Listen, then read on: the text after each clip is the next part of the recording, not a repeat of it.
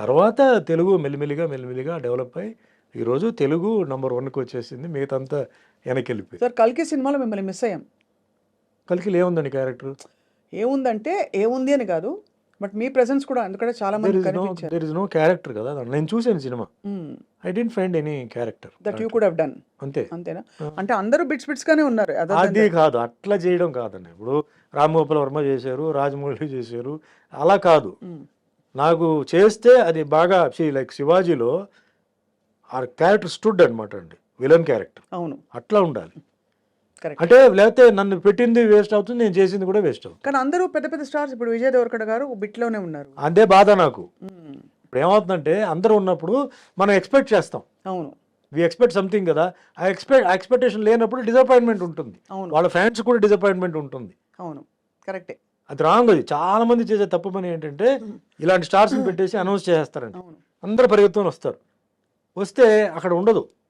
ఆ లేనప్పుడు డిసప్పాయింట్మెంట్ అవుతుంది. వాళ్ళ హీరోని అలా చూడడం డిసప్పాయింట్మెంట్ ఉంటుంది. తగినంతగా కనిపించలేదని ఒకటి. ఇప్పుడు నాలాంటి వాళ్ళని పెడితే ఏమి ఊరికే వచ్చి నిలబడి ఏదో కత్తి పెట్టుకుంటే ఏం ప్రయోజనం అండి? సినిమా నచ్చిందా? నాకు ఐఎమ్ మాస్ సినిమా గోవర్ అండి. ఫ్రాంక్గా చెప్పాలంటే నాకు ఫస్ట్ హాఫ్ కొంచెం డ్రాగీగా అనిపించింది. ఒక అరగంట తీసేయచ్చు. ఎస్పెషలీ ఆ బాంబే హీరోయిన్తో సాంగ్, ఆ ఫైట్ అంతా ఉంది చూసారా, అది కరెక్ట్, అది రావట్లేదు. అది తీసేయచ్చు. Second half making wise futuristic అదంతా ఓకే. నన్ను అడిగితే ఫస్ట్ ఇస్ ద డైరెక్టర్ అండి. ఈ మన తెలుగు ఇండస్ట్రీకి ఒక హాలీవుడ్ డైరెక్టర్ ఉన్నాడు అని ఆయన ప్రూవ్ చేశాడు. నాగి గ్రేట్, నాగశ్విన్ గారు. Salute.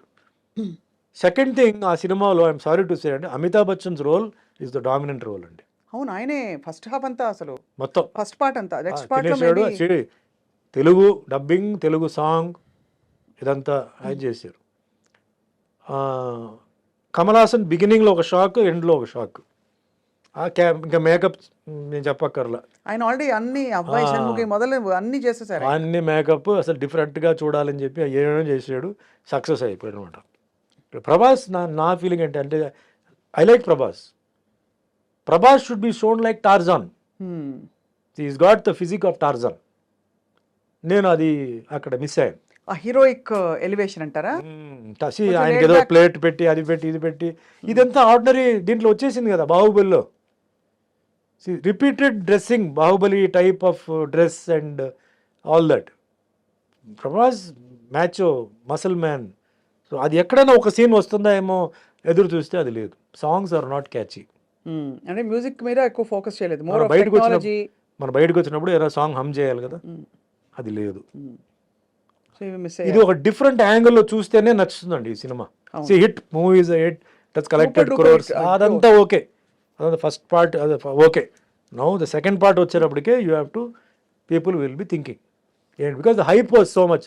Amitabh Bachchan, Prabhas, so many people are there. అది ఇది ఇందులో మీరు కలియుగ ప్రత్యక్ష దైవం పాత్ర వేశారు కాబట్టి ఇది కూడా ఒక అవతార పురుషుడి పాత్ర. కల్కి అవతార అంతా ఉంది. నాకు అక్కడ ఏమి నేను మిస్ అయ్యన్న ఫీలింగ్ నాకు లేదు.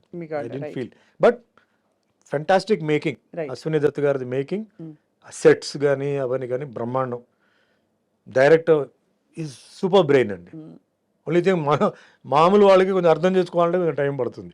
అవన్నీ కొంచెం మహాభారత అవన్నీ కొంచెం ఇది చేయాలండి. ఇప్పుడు మాస్ గోవర్స్కి ఏముందండి ఆ సినిమాలో? రెగ్యులర్గా ఈ స్టెప్స్, ఫైట్స్, అంటే వెరైటీ ఫైట్స్ అలాంటి అంటే ఏమి లేదు. రొటీన్ ఫైట్సే ఉంది. కరెక్ట్, అవును. Nothing great. But as a movie is Telugu cinema, this movie can be showed in హాలీవుడ్లో చూపించవచ్చు. Indian film, Telugu language, Indian director, cameraman I think is from foreign. So అది తెలుస్తుంది, ద డిఫరెన్స్ తెలుస్తుంది.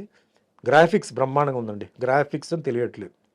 So previous films and all that, though graphics అయినా graphics కనపడుతున్నాయి.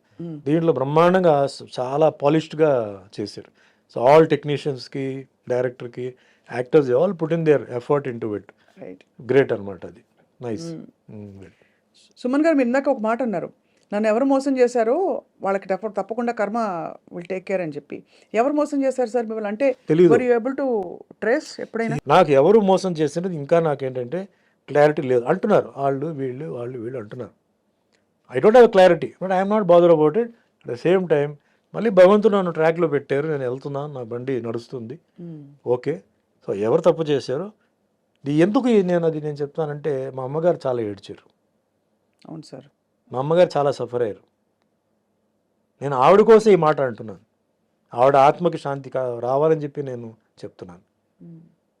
దెబ్బ నాకు కాదు, దెబ్బ మా అమ్మ కూడా తగిలింది.